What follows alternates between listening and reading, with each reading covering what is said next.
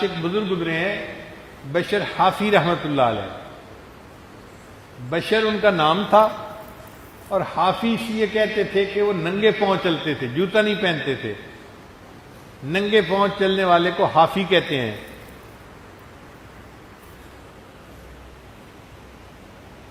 قرآن مجید میں بھی یہ لفظ ہے حافین من حول العرش، کہ فرشتے جو ہیں وہ ننگے پاؤں اللہ کے عرش کا طواف کرتے ہیں. یہ بشر حافی شرابی تھے، غفلت کی زندگی تھی. اللہ کی شان دیکھیں، ایک دن نیند بے ہوشی کی عالم میں چلے ہوئے جا رہے تھے کہ انہوں نے زمین کے اوپر ایک کاغذ پڑا ہوا دیکھا.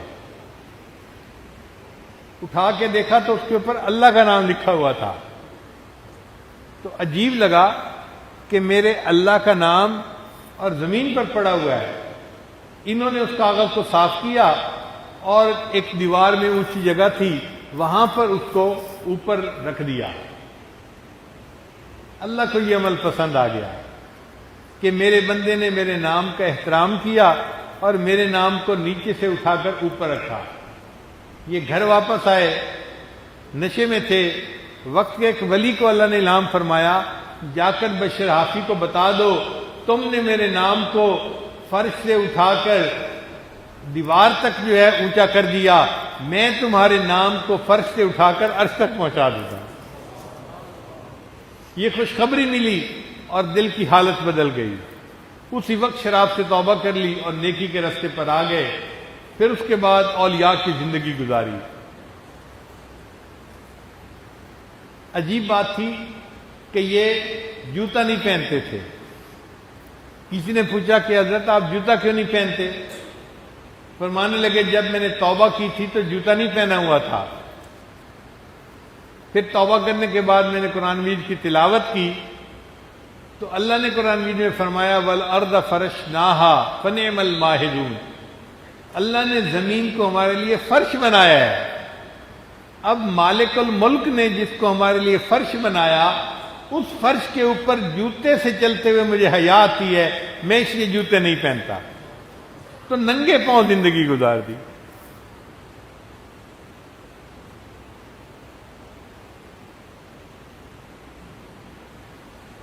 اس شہر میں ایک آدمی تھا جس کے پاس گدھا گاڑی تھی. ایک دن وہ جا رہا تھا راستے میں کہ گدھے نے راستے کے درمیان میں لید کر دی، پیشاب کر دیا. تو گدھے گاڑی والے نے رونا شروع کر دیا. لوگوں نے پوچھا بھائی رو کیوں رہے ہو؟ کہنے لگا مجھے لگتا ہے بشر حافی فوت ہو گئے. اور جب پتہ کیا تو واقعی بشر حافی فوت ہو گئے تھے.